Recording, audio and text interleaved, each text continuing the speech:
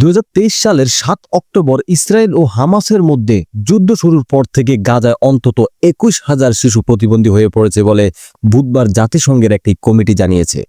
প্রায় 2 বছরের যুদ্ধে এ পর্যন্ত প্রায় 40,500 শিশু যুদ্ধ সম্পর্কিত নতুন আঘাত পেয়েছে, যার মধ্যে অর্ধেকের বেশি শিশু প্রতিবন্ধী হয়েছে বলে জানিয়েছে জাতিসংঘের প্রতিবন্ধী ব্যক্তিদের অধিকার বিষয়ক কমিটি। প্রতিবেদনগুলোতে আরও বলা হয়, প্রতিবন্ধী মানুষদের অনিরাপদ ও অসম্মানজনক অবস্থায় পালাতে বাধ্য করা হয়েছে, যেমন চলাফেরার সহায়ক না থাকায় বালু বা কাদার উপর হামাগুড়ি দিয়ে পালানো।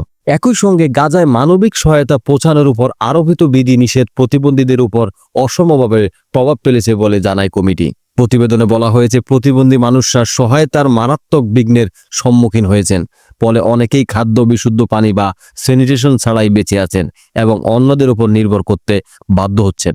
যুক্তরাষ্ট্র ও ইসরায়েল সমর্থিত বেসরকারি গাজা হিউম্যানিটারিয়ান ফাউন্ডেশনের গাজায় 4টি বিতরণ কেন্দ্র থাকলেও এটি মূলত জাতিসংঘের যে ব্যবস্থা প্রতিস্থাপন করেছে তার প্রায় 400 কেন্দ্র ছিল।